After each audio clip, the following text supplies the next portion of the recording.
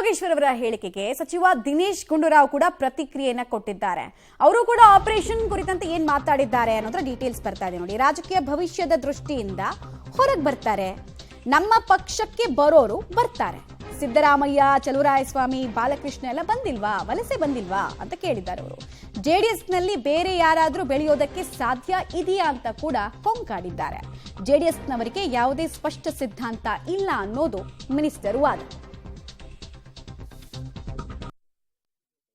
ಕಾಂಗ್ರೆಸ್ ಏನಾರ ಒಪ್ಪಿದ್ರೆ ಅಥವಾ ನನಗೇನಾರ ಟಾಸ್ಕ್ ಕೊಟ್ಟರೆ ಒಂದು ತಿಂಗಳಲ್ಲಿ ಇರೋಬ್ಬರ ಎಲ್ಲ ಜೆಡಿಎಸ್ ಶಾಸಕರನ್ನು ಕರ್ಕೊಂಡು ನೋಡಿ. ಅದೆಲ್ಲ ನಾವು ಕೊರತೆ ಎದುರಾಗಿದೆ ಈಗ ಅವ್ರಿಗೆ. ಅದು ಯೋಗೇಶ್ವರ್ ಅವ್ರದ್ದು ಏನೇ ಇರ್ಬೋದು, ನಮಗೆ ನನ್ನ ಪ್ರಕಾರ ಅದು ಅವ್ರದ್ದು ಅಭಿಪ್ರಾಯ ಇರ್ತದೆ. ಆದರೆ ಖಂಡಿತವಾಗಿಯೂ ಇದು ಈ ರೀತಿಯಾದಂಥ ಒಂದು ರಾಜಕಾರಣ ಮಾಡಿದಾಗ, ಅಧಿಕಾರ ಇಲ್ಲದಿದ್ದಾಗ ಯಾರು ಅವ್ರ ಜೊತೆಯಲ್ಲಿ ನಿಲ್ಲೋದಿಲ್ಲ, ಎಲ್ಲ ಹೊರಟೋಗ್ತಾರೆ. ಅದಕ್ಕೋಸ್ಕರ ಸ್ವಲ್ಪ ಬದ್ಧತೆ ಇಟ್ಕೊಂಡು ಮಾಡಿದ್ರೆ ಮುಂದೆ ಪಕ್ಷಕ್ಕೆ ಒಂದು ಭವಿಷ್ಯ ಇರ್ತದೆ. ಇಲ್ಲದೆ ಹೋದರೆ ಯಾರಿಗೆ ಈಗ ನಂಬಿಕೆ ಯಾರಿಗಿದೆ ಹೇಳಿ? ಯಾರು ನಂಬಿಕೆ ಇದೆ ಅವ್ರ ಮೇಲೆ? ಬರೀ ಅವರ ಸ್ವಾರ್ಥಕ್ಕೋಸ್ಕರ ಮಾಡ್ತಾರೆ ಅಂತ ಬಂದ್ಬಿಟ್ಟಿದೆ. ಅದಕ್ಕೆ ಈಗ ಮುಂದಿನ ಹೆಜ್ಜೆ ಅವ್ರಿಗೆ ಬಿಟ್ಟಿರುವ.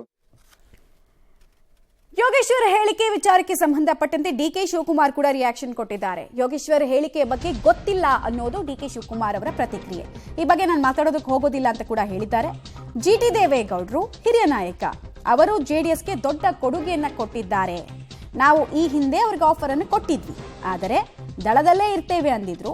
ಆದರೆ ಇವಾಗ ಅವ್ರಿಗೆ ಅಸಮಾಧಾನ ಆಗಿದೆ. ಬಟ್ ನನ್ನ ಹತ್ರ ಚರ್ಚೆಯನ್ನ ಇನ್ನೂ ಕೂಡ ಅವ್ರು ಮಾಡಿಲ್ಲ. ಪಕ್ಷದಿಂದ ಹೊರಗೆ ಬರ್ತಾರಾ, ಎಕ್ಸ್ಪೆರಿಮೆಂಟ್ಗಳು ಆಗ್ತಾ ಇದೆಯಾ ಅನ್ನೋ ವಿಚಾರಕ್ಕೆ ಡಿಕೆ ಶಿವಕುಮಾರ್ ಅವರು ಕ್ಲಾರಿಫೈ ಮಾಡುವಂತಹ ಕೆಲಸವನ್ನು ಮಾಡಿದ್ದಾರೆ. ಸೊ ಆಪರೇಷನ್ ಸ್ಪೆಷಲಿಸ್ಟ್ಗಳು ಫೀಲ್ಡ್ಗೆ ಇಳಿದಿರೋದು ಗೊತ್ತಿಲ್ಲ ಅನ್ನೋದು ಡಿಕೆ ಶಿವಕುಮಾರ್ ಅವರ ಮಾತು.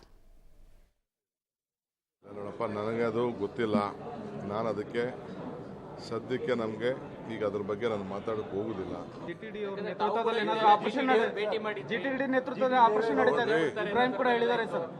ಜಿಟಿ Devegowda is a very senior leader. ಅವರು ಅದೇನೋ ಅಧ್ಯಕ್ಷರು ಅಂತ ಅವ್ರನ್ನ ಮಾಡ್ಕೊಂಡಿದ್ರು. ಅವರು ಆ ಪಕ್ಷಕ್ಕೆ ಒಂದು ದೊಡ್ಡ ಕಾಂಟ್ರಿಬ್ಯೂಷನ್ ಕೊಟ್ಟಿದ್ದಾರೆ. ಗ್ರೋತ್ ಆಫ್ ಜನತಾದಳ ಕಾಂಟ್ರಿಬ್ಯೂಷನ್ ಕೊಟ್ಟಿದ್ದಾರೆ. ಕಾಂಟ್ರಿಬ್ಯೂಷನ್ ಅಂದರೆ ಅವರು ಅವ್ರ ಕುಟುಂಬ ಎಲ್ಲ. ನಾವು ಅವ್ರಿಗೆ ಆಫರ್ ಮಾಡಿದ್ದೋ ಹಿಂದೆ, ಬರ್ರಯ್ಯ ನಮ್ಮ ಜೊತೆ ಅಂತ ಹೇಳಿದ್ದ. ಇಲ್ಲ, ನಾವು ಕುಮಾರಣ್ಣನ ನಾವು ತಿರ್ಗಾ ಚೀಫ್ ಮಿನಿಸ್ಟರ್ ಮಾಡಬೇಕು ಅಂತೇಳಿ ಅವರು ನಮ್ಮ ಜೊತೆ ಬರಲಿಲ್ಲ. ಕೇಳಿದ್ದು ನಿಜ, ನಾವು ಬರ್ರಂಗಿರೋ ಬರ್ರಿ ಅಂತ. ಪಾಪ ಅವ್ರ ದಳದಲ್ಲೇ ಇರ್ತೀವಿ ಅಂತ ಹೇಳಿದ್ರು. ಈಗ ಪಾಪ ಅವ್ರಿಗೆ ನಡ್ಸ್ಕೊಂಡ ರೀತಿ ಶಾಸಕರು ವಾಪಸ್ ಬರ್ತಾರ? ಅದು ನನ್ನ ಹತ್ರ ಇನ್ನೂ ಚರ್ಚೆ ಮಾಡಿಲ್ಲ ಯಾರೂ.